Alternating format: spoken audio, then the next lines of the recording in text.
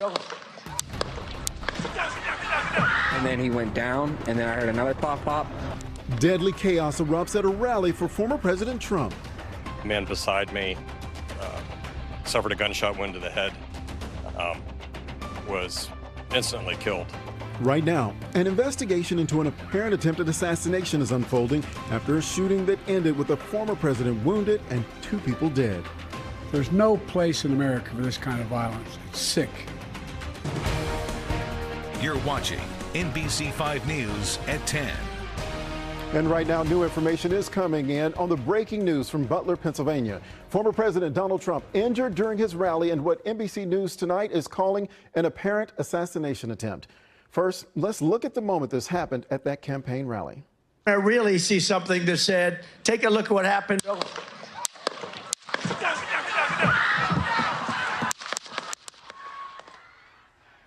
Mr. Trump was rushed from the stage, and you could see blood coming from his ear. Tonight, the Secret Service says he's okay, and the suspected shooter was killed. Within hours of the shooting, the former president released this statement on his social media site, Truth Social, thanking the Secret Service and law enforcement for their rapid response. The former commander-in-chief offered condolences for the family of the rally goer that was killed and those injured.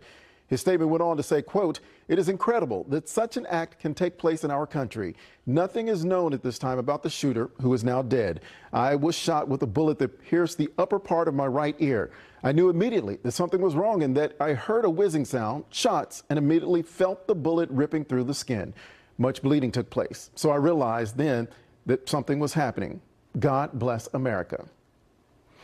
And right now, you're looking live at the White House. President Biden is heading back to Washington, D.C. from Delaware. President Biden was briefed on the shooting shortly after it happened and called everyone to condemn political violence in this country. He spoke just after the shooting. The bottom line is that the Trump rally was a rally that he should have been able to be conducted peacefully without any problem. But the idea that there's political violence or violence in America like this is just unheard of. It's just not appropriate.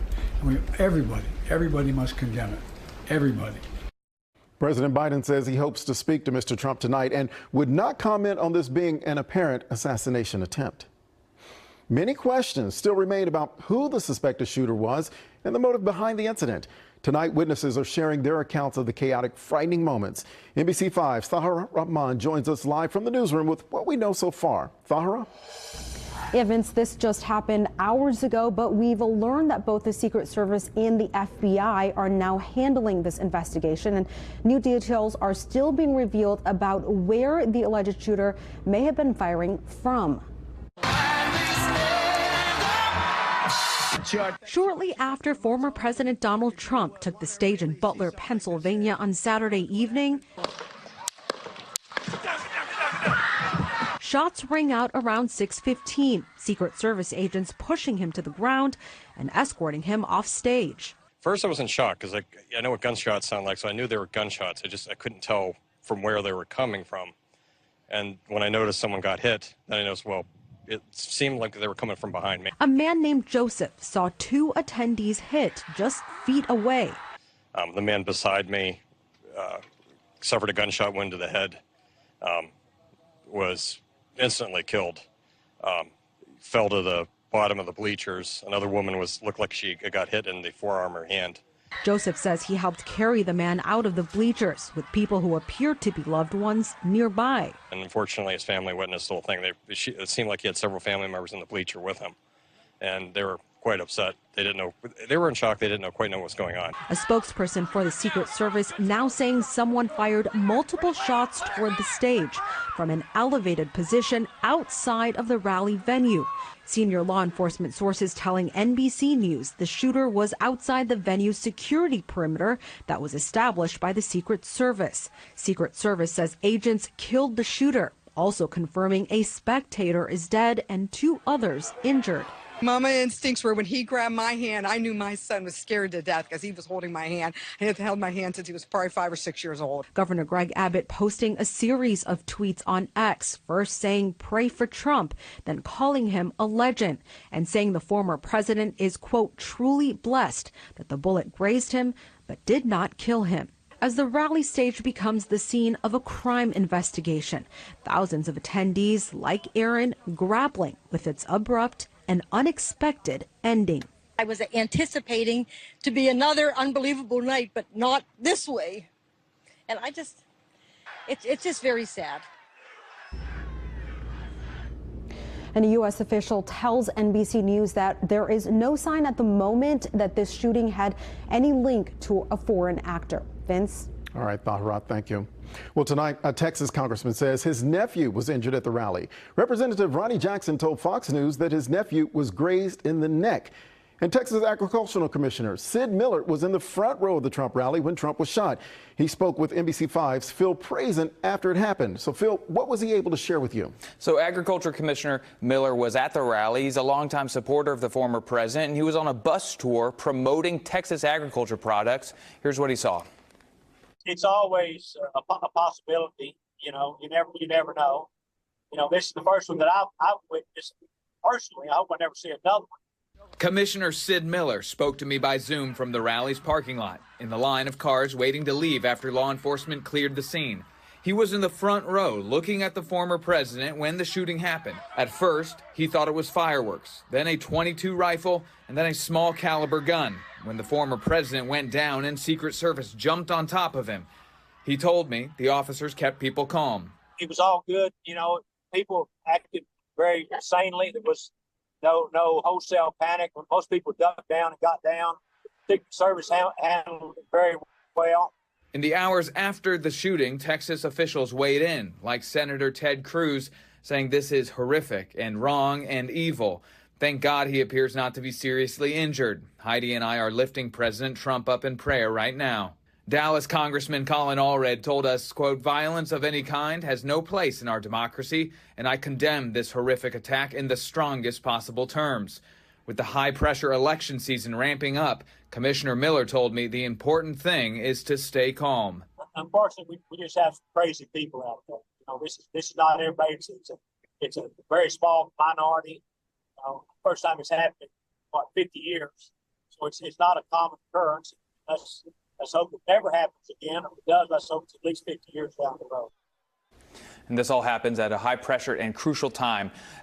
In just a few days, the Republican Party will officially nominate former President Trump as their nominee in 2024 in their national convention in Milwaukee. You know, that's coming up. This really is kind of a scary time right now because we haven't seen political violence like this in our country in a very long time. It is a scary time. And, you know, like I talked to people who work on campaigns and elected officials as part of my job, and people have talked about this and been worried about this for a long time, especially when it comes to the rhetoric. Look, it's many people, and it's a growing number of people, don't just look at their political opponents as their opponents in an election. They look at them as a threat to democracy, to their way of life, or to the country.